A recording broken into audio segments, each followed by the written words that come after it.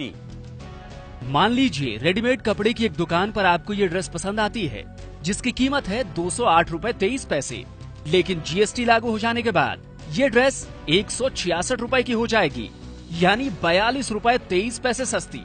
ये कैसे होगा, आपको समझाते हैं। सबसे पहले बात मौजूदा टैक्स सिस्टम की। मान लीजिए ड्रेस को बनाने वाले निर्माता ने इसका कच्चा माल 100 रुपए में खरीदा, जिसमें 10 रुपए टैक्स के भी शामिल हैं। कच्चे माल से ड्रेस तैयार हो गई। निर्माता ने इसमें 30 रुपए अपनी लागत के जोड़े। अब इस ड्रेस की कीमत हो गई 130 रुपए। अब वो इसे थोक व्यापारी को बेचता है, जिसमें वो 10% टैक्स यानी 13 रुपए लेता है। थोक व्यापारी को ये ड्रेस 143 रुपए की मिलेगी। थोक व्यापारी ने इसमें अपना 20 रुपए का मार्जिन जोड़ा। अब इसकी कीमत 163 रुपए हो गई। अब वो इसे खुदरा व्यापारी को बेचता है, जिसमें वो 10% टैक्स यानी 16 रुपए 30 पैसे लेता है। यानी खुदरा व्यापारी को ये ड्रेस 179 रुपए 30 पैसे में मिली। खुदरा व्यापारी इसमें अपना 10 रुपए का मार्जिन जोड़ता है, जिससे ड्रेस की कीमत 189 रुपए 30 पैसे हो जाती है। अब खुदरा व्यापारी इसे ग्राहक को बेचता है, जिसमें वो 10% टैक्स यानी 18 रुपए 93 पैसे लेता है।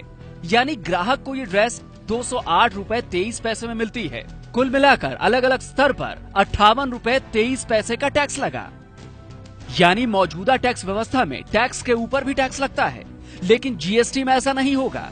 पहले दिए गए टैक्स बाद में लगने वाले टैक्स से घटा दिए जाएंगे। कैसे, आइए आपको समझाते हैं। फिर से उसी ड्रेस की बात करते हैं। निर्माता ने 100 रुपए में कच्चा माल खरीदा, जिसमें 10 रुपए टैक्स के शामिल हैं।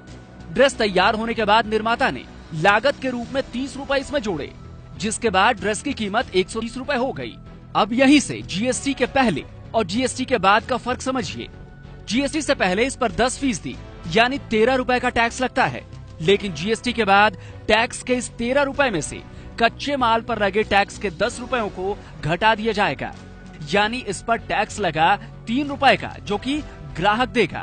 तो जीएसटी से पहले थोक व्यापारी को ये ड्रेस 143 रुपए में मिली, लेकिन जीएसटी के बाद उसे ये 130 रुपए में मिलेगी। अब थोक व्यापारी ने इस पर अपना 20 रुपए का मार्जिन जोड़ा, यानी जीएसटी से पहले ड्रेस की कीमत 163 रुपए हो गई, जबकि जीएसटी के बाद 150 रुपए होगी। अब खुदरा व्यापारी को बेचते वक्त इस पर 10% टैक्स जोड़ते हैं।